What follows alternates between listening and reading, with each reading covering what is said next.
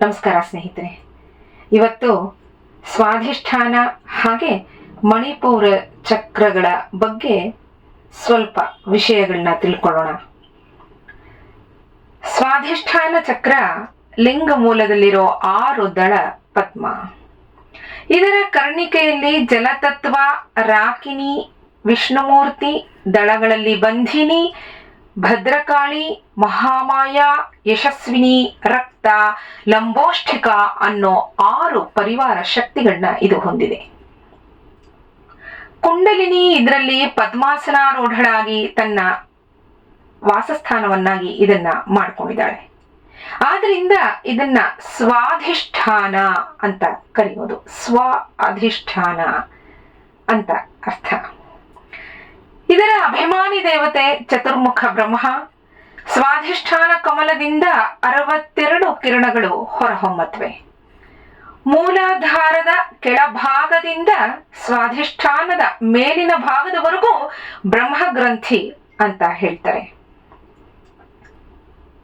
ಲಲಿತಾ ಸಹಸ್ರನಾಮದಲ್ಲಿ ಬರುತ್ತಲ್ಲ, ಬ್ರಹ್ಮಗ್ರಂಥಿ ವಿಭೇದಿನಿ ಅಲ್ವಾ?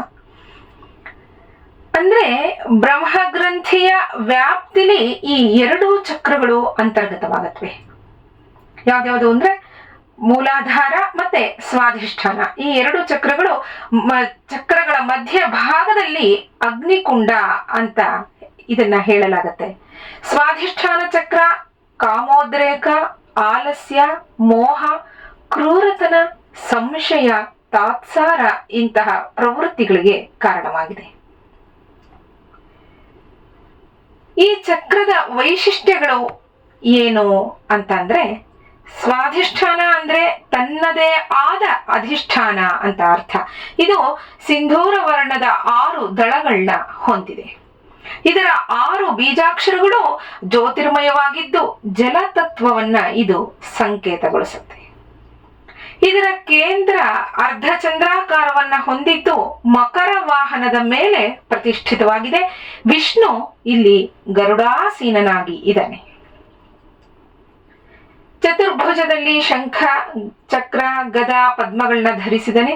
ವನಮಾಲ, ಶ್ರೀವತ್ಸ, ಕೌಸ್ತುಭಗಳನ್ನ ಧರಿಸಿ ಪೀತಾಂಬರಧಾರಿಯಾಗಿ ಇದ್ದಾನೆ.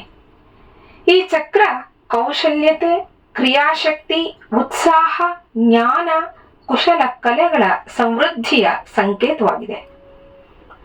ಮೂತ್ರಜನಕಾಂಗ, ಜಠರ, ಜನನೇಂದ್ರಿಯಗಳನ್ನ ಇದು ಕಾಪಾಡತ್ತೆ. ದುರ್ಬಲ ಚಿಹ್ನೆಗಳು ಯಾವುವು ಅಂದ್ರೆ ಈ ಚಕ್ರ ಹೊರಸೂಸುವಂತ ದುರ್ಬಲ ಚಿಹ್ನೆಗಳು ಯಾವುವು ಅಂತ ಅಂದ್ರೆ, ಜೀವಿ ಸದಾ ಚಿಂತಾಮಗ್ನನಾಗೋದು, ಪ್ರತಿಷ್ಠೆ, ಕುಡಿತ, ಮಾದಕ ಚಟ, ದುರಭ್ಯಾಸ ಇವುಗಳನ್ನ ಇದು ಪ್ರೇರೇಪಿಸುತ್ತೆ. ಆದ್ರೂ ಅದನ್ನೂ ಮೀರಿ ಪ್ರಬಲ ಚಿಹ್ನೆಗಳನ್ನ ಇದು ಕೊಡುತ್ತೆ. ಅದ್ಯಾವುದು ಅಂದ್ರೆ ವಿವೇಕ ಮತ್ತೆ ಕಾರ್ಯಶೀಲತೆ. ಅಧೋಮುಖವಾದ ಕಮಲ ದಳಗಳು ಕರ್ಮಪಾಕವನ್ನ ಸಂಕೇತಿಸುತ್ತೆ. ರಸತನ್ಮಾತ್ರೆ, ಜಲತತ್ವ, ರಸನೇಂದ್ರಿಯ, ಹಸ್ತಗಳು ಇತ್ಯಾದಿ ಕರ್ಮೇಂದ್ರಿಯಗಳು ಸ್ವಾಧಿಷ್ಠಾನ ಚಕ್ರಕ್ಕೆ ಸಂಬಂಧಿಸಿದ ಸ್ಥೂಲ ತತ್ವಗಳಾಗಿ ನಮಗೆ ಕಾಣಬರುತ್ತೆ. ಇನ್ನು ಮಣಿಪುರ ಚಕ್ರದ ಬಗ್ಗೆ ತಿಳ್ಕೊಳ್ಳೋಣ. ಈ ಚಕ್ರ ನಾಭಿಯ ಹತ್ತಿರ ಇದೆ, ನಾಭಿಗೆ ಬಹಳ ಸನ್ನಿಹಿತವಾಗಿದೆ. ಇದು 10 ದಳಗಳನ್ನ ಹೊಂದಿರೋ ಪದ್ಮ. ಇದರ ಕರ್ಣಿಕೆಯಲ್ಲಿ ಅಗ್ನಿತತ್ವ ಇದೆ, ಲಾಕಿನಿ ಶಕ್ತಿ, ರುದ್ರ ಮೂರ್ತಿ. ದಳಗಳಲ್ಲಿ ಡಾಕಿನಿ, ಢಂಕಾರಿ, ನಾಮಿನಿ, ತಾಮಸಿ, ಸ್ಥಾಣ್ವಿ, ದಾಕ್ಷಾಯಣಿ, ಧಾತ್ರಿ, ನಂದ, ಪಾರ್ವತಿ, ಷಟ್ಕಾರಿ ಅನ್ನೋ 10 ಪರಿವಾರ ಶಕ್ತಿಗಳು ಇದರಲ್ಲಿ ಇವೆ. ದೇವಿಯನ್ನ ಸ್ನೇಹಿತರೆ 2 ರೀತಿಯಾಗಿ ನಾವು ಆರಾಧನೆ ಮಾಡ್ತೀವಿ, ಅದನ್ನ ನೋಡ್ಕೊಂಡು ಬಂದಿದ್ದೀವಿ. ಹೇಗೆ ಅಂತ ಅಂದ್ರೆ ಮಂತ್ರಶಾಸ್ತ್ರ ಹಾಗೆ ತಂತ್ರಶಾಸ್ತ್ರ. ಒಂದು ಸಮಯ ಮತ, ಇನ್ನೊಂದು ಕೌಲ ಮತ. ಹೀಗೆ ಸಾಧಕನಾದವನು ಸಮಯ ಮತದಂತೆ ಪೂಜಿಸುವಾಗ ದೇವಿ ಈ ಮಣಿಪುರ ಚಕ್ರದಲ್ಲಿದ್ದು ದಿವ್ಯವಾದ ಮಣಿಗಳಿಂದ ಈ ಸ್ಥಾನವನ್ನ ಮಣಿಗಳಿಂದ ತುಂಬುತ್ತಾ ಇರೋದ್ರಿಂದ ಇದಕ್ಕೆ ಮಣಿಪುರ ಚಕ್ರ ಅನ್ನೋ ಹೆಸರಿದೆ. ವಿಷ್ಣು ಇದರ ಅಭಿಮಾನಿ ದೇವತೆ. ಇದು 52 ಕಿರಣಗಳನ್ನ ಹೊರಹೊಮ್ಮಿಸುತ್ತೆ.